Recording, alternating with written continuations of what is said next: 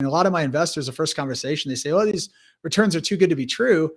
I just tell them they're not too good to be true. You're just not used to it.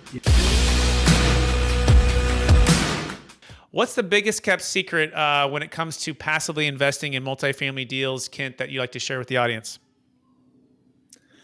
The biggest secret is probably just that you can do it, and almost anybody can do it. And there are, these deals out there through a syndication format, which is essentially what a syndication is when a group of people pool their resources together for kind of a larger common goal, right? So in this case, it's to purchase a bigger, better property than any of us could do individually, right? And that these investments are out there, and these investments commonly return, 2, 3, even higher than that X, what you would typically see in the stock market traditionally.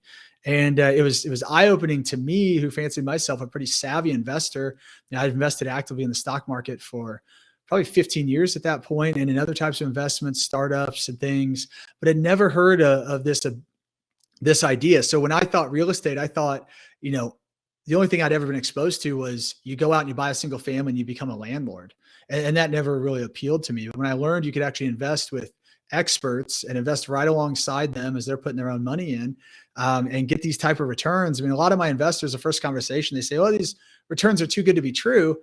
I just tell them they're not too good to be true. You're just not used to it. You just haven't, you're just fed the marketing of, the 401k groups and kind of the traditional paths. And so they're just not exposed to it. And once you're exposed to it and you understand the power, I mean, for me, it's been life-changing. I was able to create a business out of it, grow my wealth substantially in the past 5 years beyond what I could ever do in the stock market.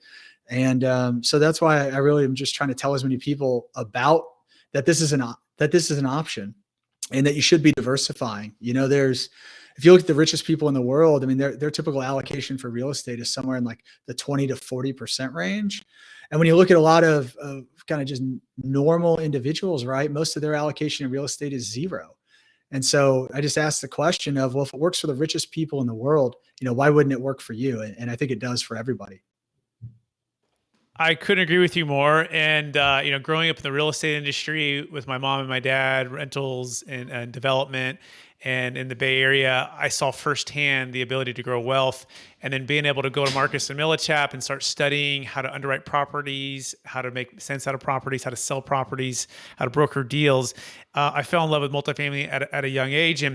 And once it clicks, it's almost like, you can't unsee what you've seen. The ability to raise rents and help provide housing for people, which is, to me, we're in a housing crisis, right? We're all in a housing crisis, right? And be able to make it as affordable as you can, especially if you're finding value add, forced appreciation opportunities.